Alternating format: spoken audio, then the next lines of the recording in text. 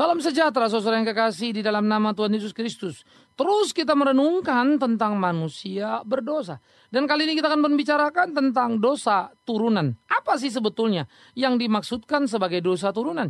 1 Korintus ayat 15, 20-22 melukiskannya dengan cara yang tepat. Mari kita perhatikan. 1 Korintus 15, 20-22. Tetapi yang benar ialah bahwa Kristus telah dibangkitkan dari antara orang mati sebagai yang sulung dari orang-orang yang telah meninggal. Sebab sama seperti maut datang karena satu orang manusia, demikian juga kebangkitan orang mati datang karena satu orang manusia. Karena sama seperti semua orang mati dalam persekutuan dengan Adam, demikian pula semua orang akan dihidupkan kembali dalam persekutuan dengan Kristus. Saudaraku yang kekasih, menarik bagian ini kalau kita pikirkan dan kita perhatikan bahwa Yesus Kristus Tuhan adalah menjadi yang sulung dari sebuah kebangkitan. Tetapi menjadi konsentrasi kita, bagaimana Adam justru menjadi poin penting di dalam kematian. Karena dikatakan sama seperti satu orang Adam yang mati, demikian pula semua orang mati di hadapan Kristus. Adam menjadi representatif keberdosaan manusia. Adam menjadi representatif pemberontakan manusia terhadap Allah. Sehingga kita nggak bisa mengatakan, loh yang jatuh dalam dosa itu kan Adam dan Hawa, kenapa saya ikut-ikutan? Sebaliknya saya akan jawab lagi, loh yang mati itu kan Yesus Kristus, kenapa yuk kebagian? Keselamatan. Kan begitu toh? Jadi dalam konteks ini, Alkitab sangat adil kok, bukan tidak adil. Karena seringkali orang menggugat dan berkata, saya nggak ada urusan dengan dosa Adam dan Hawa. Saya tidak ikut-ikutan di Taman Eden. Kita tidak bisa mengatakan itu. Konsekuensi dalam keberdosaan menjadi satu konsekuensi pemberontakan manusia terhadap Allah yang direpresentasikan oleh Adam. Sebaliknya, keselamatan adalah karena satu orang Yesus Kristus untuk manusia yang percaya. Oleh karena itu, representasi terjadi. Yesus menjadi yang sulung dalam keselamatan tetapi sementara Adam telah melakukan kegagalan, ia membawa semua umat keturunannya harus hidup dalam kepedihan dan kengerian. Nah jadi saudara yang kekasih, dosa Adam dan Hawa mengakibatkan dosa kepada seluruh manusia. Karena Adam dan Hawa yang sudah berbuat dosa akan melahirkan anak-anak. Maka anak itu lahir dari anak yang berdosa. Dosa itu tentu bukan poin apa yang mereka lakukan. Tetapi otomatis mereka berdosa dalam status keberdosaan. Ya. Kalau kita bilang misalnya, orang Indonesia kawin dengan orang Indonesia, otomatis anaknya Indonesia. Oke, kewarganegaraan didapatkannya. Tapi kalau satu orang Indonesia tinggal di Indonesia, mereka menikah dengan orang Amerika, peraturan sekarang sudah jelas. Anak itu otomatis mendapatkan warga negara ke Amerika apa Indonesianya. Sebaliknya orang Indonesia tinggal di Amerika, menikah dengan orang Amerika, dia Indonesia, warga negara masih Indonesia. Tapi anaknya otomatis mendapatkan hak kewarganegaraannya sebagai orang Amerika. Walaupun dia mempunyai kredit poin untuk bisa juga jadi bangsa Indonesia. Artinya apa? Statusnya itu. Begitu pula orang berdosa. Ketika Adam dan Hawa dalam keberdosaan mempunyai anak, maka anak-anaknya adalah punya status yang sama. Warga negara orang berdosa. Begitu saudaraku. Oleh karena itulah tiap orang sudah jadi berdosa pada dirinya. Bukan karena dia berbuat tapi statusnya. Sehingga perbuatan hanyalah seperti sebuah benih yang bertumbuh dan tinggal tunggu waktu berbuah. Jadilah dia buah dosa. Itu saja. Tetapi semua orang sudah terkena dosa turunan itu. Ada orang memang berpikir, khususnya para psikolog-psikolog sebagian yang di Amerika juga berpikir tabula rasa. Artinya anak itu lahir persis seperti kertas putih. Tergantung orang yang mencoret-coretnya. Maka dalam teori lingkungan dipercaya lingkungan yang baik akan membuat anak jadi baik. Lingkungan jahat akan membuat anak jadi jahat. Tapi ternyata dari keluarga yang jahat-jahat bisa lahir anak yang baik bahkan jadi pendeta. Sebaliknya dari keluarga yang baik-baik, dari keluarga pendeta, bisa jadi lahir anak yang nakal bahkan jadi raja penjahat. Ini kenyataan. Sehingga akhirnya para psikolog di Amerika sebagian besar sudah mulai mengakui kembali, iya, faktor dosa turunan. Karena ada banyak hal yang tidak mereka bisa jelaskan. Kecuali praduga-praduga juga tentunya ya. Tidak bisa dijelaskan secara tuntas tentang realita kehidupan ini. Apa kurangnya buku di Amerika? Tapi lihat gaya hidupnya. Ya. Sehingga di dalam bagian-bagian seperti itu saudara yang kekasih, maka terjadilah sebuah kengerian dalam kehidupan. Di mana manusia yang sudah terlibat pada dosa turunan tidak mampu untuk melawan dan akhirnya melahirkan buah-buah keberdosaan tadi. Oleh karena itulah tiap manusia siapapun dia termasuk bayi yang baru lahir membutuhkan juru selamat di dalam hidupnya. Nah oleh karena itu pula lah tiap orang tua membawa anaknya kepada Tuhan untuk diikat menjadi satu di dalam Yesus Kristus Tuhan. Anak yang menjadi milik perjanjian. Seperti zaman Abraham, di mana anak umur 8 hari disunat. Sehingga anak itu menjadi anak perjanjian, yang diikat perjanjian dengan Tuhan. Tentu kita bilang 8 hari tahu apa sih? Ini bukan masalah tahu apa tidak tahu. Iman percaya. Ini bukan masalah pengetahuan. Iman percaya. Dan yang minta itu Tuhan, bukan pikiran manusia. Sehingga siapa saja di dalam rumahnya umur 8 hari laki-laki sunat. Terikat perjanjian darah ditumpahkan. Begitu pula anak orang percaya diikatkan. Dan mereka diikatkan dalam baptisan kepada Tuhan. Menjadi anak perjanjian yang luar biasa. Nah ini menjadi bagian-bagian yang mestinya kita pikirkan di dalam kehidupan kita. Bagaimana kemudian dosa turunan itu telah berpengaruh secara luar biasa. Menghantam seluruh sendi kehidupan tiap manusia. Sehingga manusia begitu dilahirkan dia menjadi orang yang berdosa. Ironis memang ketika banyak orang tua hanya membawa anaknya secara tradisi saja. Turun-temurun. Padahal orang tuanya sendiri bengek tidak benar kan gitu ya. Artinya bengek dalam keberimanannya. Hidupnya tidak benar. Main bawa anaknya kacau balau semua. Semua serba asal-asalan. Kesungguhan. Sudah tak lagi diwarisi manusia masa kini. Tradisi. Demi panggilan. Kalender gerejawi itu yang dipenuhi. Padahal mestinya tiap orang tua dengan beriman dan sungguh untuk membawa anaknya kepada Tuhan. Mengikat anak itu dalam perjanjian. Supaya terikat perjanjian keselamatan dengan Tuhan yang hidup itu. Tapi memang harus diakui dalam realitanya. Banyak yang sembarangan bukan? Nah oleh karena itulah saudaraku yang kekasih. Apa yang kita lakukan di dalam kehidupan kita? Kita mesti sungguh-sungguh melakukan apa yang menjadi kehendak Tuhan. Apa yang kita lakukan dalam hidup kita. Supaya itu sungguh-sungguh menjadi modal kita. Untuk berbekal dari modal itu kita melakukan terus ke depan. Apa yang harus kita lakukan dalam melayani Tuhan. Itu harus menjadi mimpi kita. Itu harus menjadi harapan kita. Camkan, pikirkan. Sehingga itu sungguh-sungguh menjadi kebahagiaan tersendiri dalam kehidupan kita sebagai orang percaya. Nah ini yang harus kita pikirkan. Nah oleh karena itulah saudara yang kekasih di dalam nama Tuhan Yesus Kristus. Sama seperti Adam telah berdosa, semua manusia telah berdosa. Kita terikat pada dosa turunan yang tidak bisa kita hindarkan. Jangan bilang begini ya, loh masa papa mamanya bikin dosa anaknya jadi ikut-ikutan? Bukan, ini status. Soal dosa yang dilakukan secara konkret, dosa bapak ditanggung bapak, dosa anak ditanggung anak. Alkitab mengatur itu.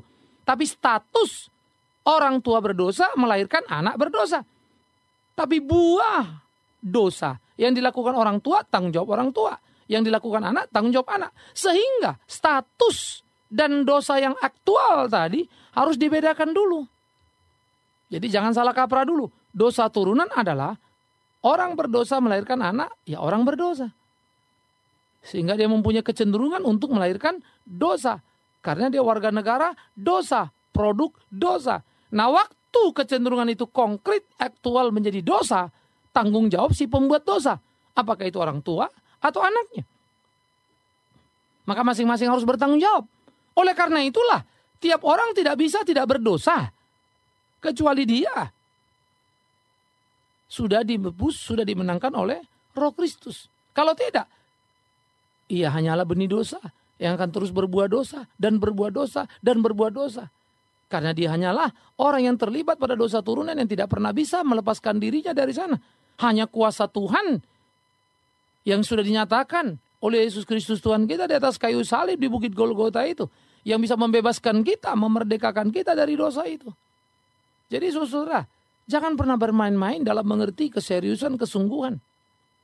Tapi juga jangan bermain-main hanya sekedar kepada tradisi-tradisi yang kita perdebatkan. Yang tidak ada ujung pangkalnya. Padahal mestinya kita terikat kepada kebenaran yang harusnya diwujudkan dalam kehidupan kita. Alangkah indahnya. Banyak gereja karena keyakinan denominasi lalu terpecah dalam perbedaannya. Padahal toh akhirnya intisarinya satu juga kan ya. Sama-sama percaya kepada Yesus Kristus Tuhan sebagai Tuhan dan Juru Selamat satu-satunya. Sehingga mestinya perbedaan-perbedaan ada secara dewasa disikapi. Tak perlu menimbulkan perpecahan kecuali dialog dalam pencerahan dan pembelajaran. Supaya kita berkonsentrasi bagaimana orang hidup mengenal Tuhan Yesus. Bagaimana orang-orang ini menyadari bahwa mereka adalah orang-orang yang menjadi korban dalam keberdosaan. Yang perlu diselamatkan yaitu dengan percaya kepada Yesus Kristus Tuhan. Ini menjadi PR berat yang harus kita kerjakan. Pertandingan yang harus kita selesaikan. Atau kita akan tertinggalan kereta. Camkan, pikirkan, lakukan apa yang menjadi kehendak Tuhan. Atau semuanya akan kemudian menjadi sia-sia. Nah inilah menjadi pemikiran-pemikiran serius kita. Oleh karena itulah saudara-saudara yang kekasih di dalam nama Tuhan Yesus Kristus. Pikirkan, renungkan apa yang menjadi kehendak Tuhan. Untuk bisa kita lakukan. Supaya di dalamnya nama Tuhan dipermuliakan. Pikirkan, lakukan.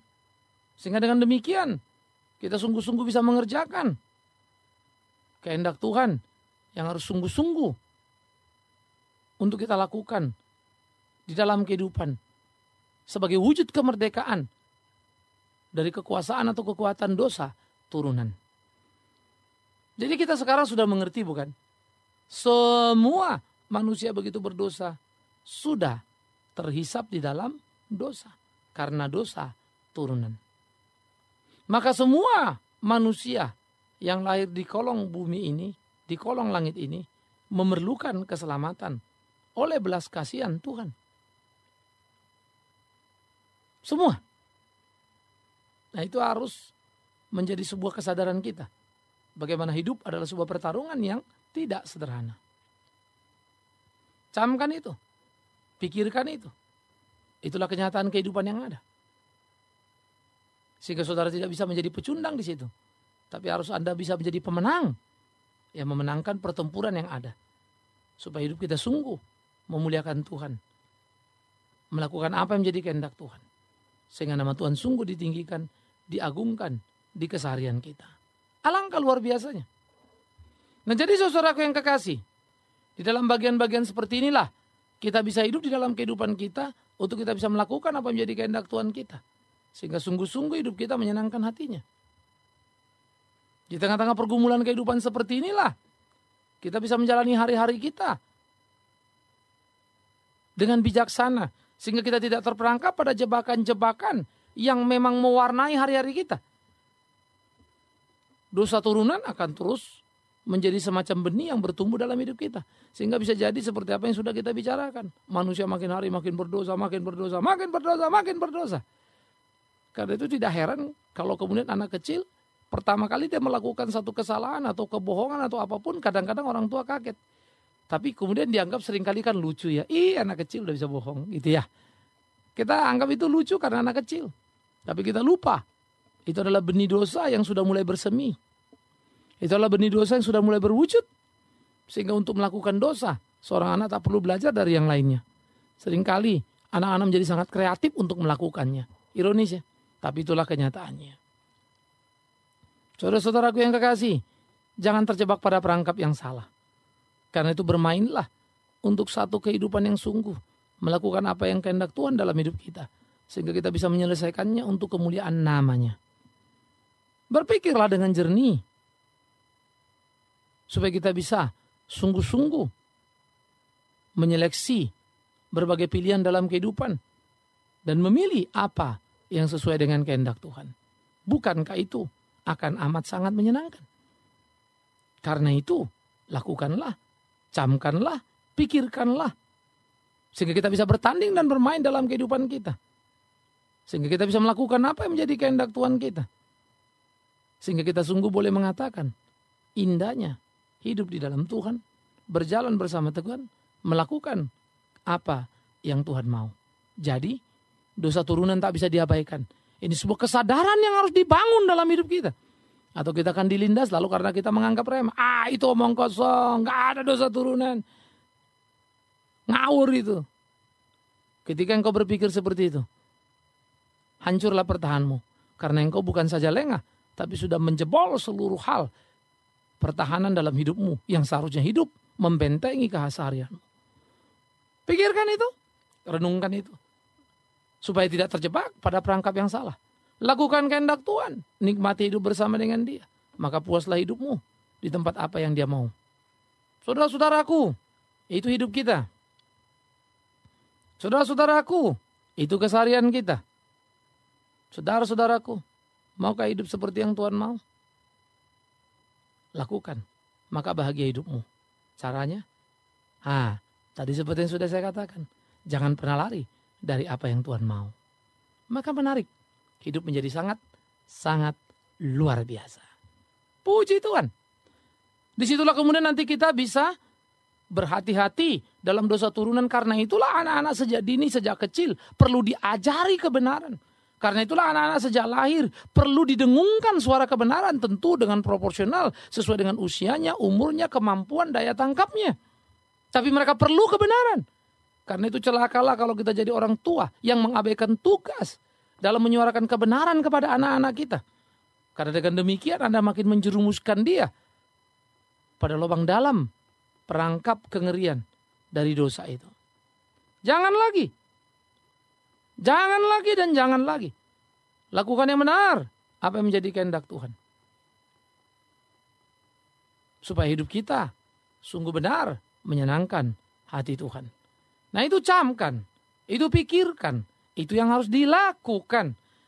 Sehingga hidup sungguh-sungguh menjadi hidup yang penuh dengan kegairahan. Nah jadi saudaraku yang kekasih. Di dalam bagian-bagian seperti inilah sebetulnya kita perlu untuk memikirkan satu prinsip kehidupan kita. Untuk menenangkan hati Tuhan kita. Sehingga kita tidak salah melakukan apa yang menjadi kehendaknya. Tapi kita betul-betul hidup sesuai dengan pimpinannya. Sehingga hidup kita sekali lagi sungguh boleh menyenangkan hatinya. Bukankah itu yang menjadi rindu untuk kita lakukan dalam hidup ini? Camkan itu. Pikirkan itu. Sehingga sungguh-sungguh hidup kita menjadi sebuah kenikmatan yang menyenangkan hati Tuhan. Dan semuanya bisa kita kerjakan di dalam takut akan Tuhan. Sangat menggairahkan. Begitu bukan? Nah oleh karena itulah saudara yang kekasih, mari kita menyadari betapa efek daripada sebuah dosa turunan bisa mengembang ke segala aspek dalam kehidupan. Membuat anak-anak sejak kecil bisa sudah berbuat dosa dan kesalahan. Karena itu harus menolong mereka sejak dini untuk mengerti kebenaran. Menumbuh kembangkan itu di dalam hidup mereka. Sehingga iman mereka bertumbuh seturut dengan usia mereka. Pemahaman mereka makin mereka mengerti menjadi benteng pertahanan. Untuk bisa membebaskan mereka dari status yang berbahaya. Membawa mereka kepada titik kemerdekaan berdamai dengan Allah. Karena itulah tiap anak bisa mengerti. Sehingga mereka berpindah dari keterikatan kepada Adam dalam kematian. Menjadi terikat kepada Kristus dalam kehidupan. Keterikatan itu harus menjadi keterikatan yang benar dengan Kristus. Supaya di sana ada kemerdekaan, kemenangan. Supaya di sana mereka kuat. Tak lagi diperbudak oleh dosa. Tapi keterikatan kepada Adam. Manusia harus bisa melepaskan dirinya. Dan ingat, itu tidak dengan kekuatan sendiri. Tapi oleh belas kasihan Kristus. Karena itulah Yesus itu dikenalkan kepada anak-anak sejak dini. Di dalam rumah, di sekolah minggu, di mana saja, kapan saja. Itu harus diajarkan kepada mereka. Itu ajaran Ulangan pasal 6. Lebih lagi kita orang-orang yang sudah era perjanjian baru ini. Yang sudah menikmati secara utuh belas kasihan Tuhan. Betapa pentingnya kebenaran itu hidup dan menghidupi anak-anak sejak dini. Karena itu, khususnya bagi pasangan muda, jangan anggap remeh dalam mendidik anak. Serahkan babysitter, masuk sekolah gereja, serahkan sekolah minggu. Tapi Anda tidak berperan. Hati-hati. Anda perlu berperan supaya tidak menyesal di kemudian hari. Tanamkan kebenaran. Atau jangan-jangan saudara sendiri juga tidak ngerti kebenaran itu. Itu sebab di tempat kita sekolah minggu menjadi satu posisi yang penting untuk dipikirkan. Itu sebab di tempat kita bergereja, kita selalu memikirkan seminar-seminar yang menyangkut berbagai aspek kehidupan. Kita membangun ABC, Antioquia Bible Course. Kita membuat bina wilayah, membuat bina pasutri. Untuk orang belajar. Sehingga mereka dimerdekakan, tak terperangkap pada jerat dosa dalam dosa turunan itu. Bahkan ke depan ini, dalam menyongsong Jumat Agung, kita akan berbicara tentang 7 fakta salib. Menyelusuri fakta-fakta seputar salib. Sebelum penyaliban itu terjadi, apa yang terjadi? Supaya semua orang tahu dan melihat. Betapa tidak mudahnya pergumulan seorang Yesus Kristus Tuhan itu. Betapa beratnya kesulitan yang harus dihadapi dalam hidupnya. Tapi ia melakukannya dan dia pergi ke sana. Alangkah luar biasanya. Bagaimana dengan kita? Mentalitas kita, semangat kita. Camkan, pikirkan itu. Untuk itulah kita bertanding dalam kesungguhan. Mengenal Kristus dalam kebenaran yang utuh. Jangan sepotong. Sehingga dengan demikian kita bisa memenangkan pertempuran dalam kehidupan. Di dalam apa yang Tuhan mau. Ingat, dosa turunan bukan untuk menjadi ratapan. Tapi bagaimana kesadaran untuk diselesaikan. Menggapai kemenangan di dalam Kristus Tuhan. Karena sama seperti satu orang Adam manusia mati di dalam dosa.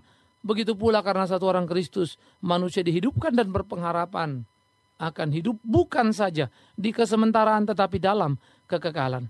Semoga Anda menyadari maknanya dosa turunan. Tak terjebak di sana tapi keluar dan memuliakan nama Dia. Tuhan menolong saudara, Tuhan memimpin saudara. Bertandinglah sebagai pemenang, bukan pecundang. Selamat bijak menyiasati kehidupan, memainkan pertempuran, sehingga sungguh-sungguh Anda bisa merubuhkan dosa turunan oleh karena kemurahan Tuhan. Memberikan status yang baru kepada anak cucu kita, status orang merdeka, warga negara sorga yang sudah mengenal kebenaran, hidup dalam kebenaran, dan akhirnya berjalan dan melakukan tiap apa yang jadi kehendak Tuhan. Selamat untuk menikmati kemenangan demi kemenangan dalam kemerdekaan oleh karena penebusan Kristus. Lepas dari dosa turunan karena telah mendapatkan gegap gempita kemenangan. Lepas dari keterikatan dengan Adam karena sudah terikat dengan Yesus Kristus Tuhan. Tapi awas loh, bukan sekadar bilang percaya, tapi yang sesungguhnya. Tuhan menolong kita, Tuhan memberkati kita. Semoga kita bisa juga bertemu dalam pemikiran 7 fakta salib yang menolong saudara untuk makin mengerti kebenaran Kristus itu. Amin. Mari kita berdoa. Kami bersyukur, kami berterima kasih untuk pertolongan Tuhan dalam hidup ini. Bersyukur, berterima kasih untuk perenungan kami akan firman-Mu. Juga sekaligus kemerdekaan yang Tuhan berikan dari ikatan dosa turunan. Sehingga kami boleh hidup menjadi orang yang merdeka di dalam Tuhan karena Kristus Yesus yang sudah menebus segala dosa. Kami berdoa menyerahkan segenap hidup kami untuk dituntun dipimpin Tuhan, khususnya generasi muda dalam keluarga. Anak-anak kami boleh mengenal kebenaran sejak dini. Kami juga mau berdoa bersyukur untuk khotbah 7 seri, 7 fakta seputar salib yang akan terus kami pikirkan hingga ke Jumat Agung nanti. Tuhan juga tolong pimpin supaya ini jadi berkat bagi banyak orang. Hantar tiap saudara untuk datang ambil bagian, belajar melengkapi diri untuk mengerti kebenaran sehingga kami boleh jadi tangguh menjadi anak-anak Tuhan. Kami ucap syukur dan berterima kasih. Amin.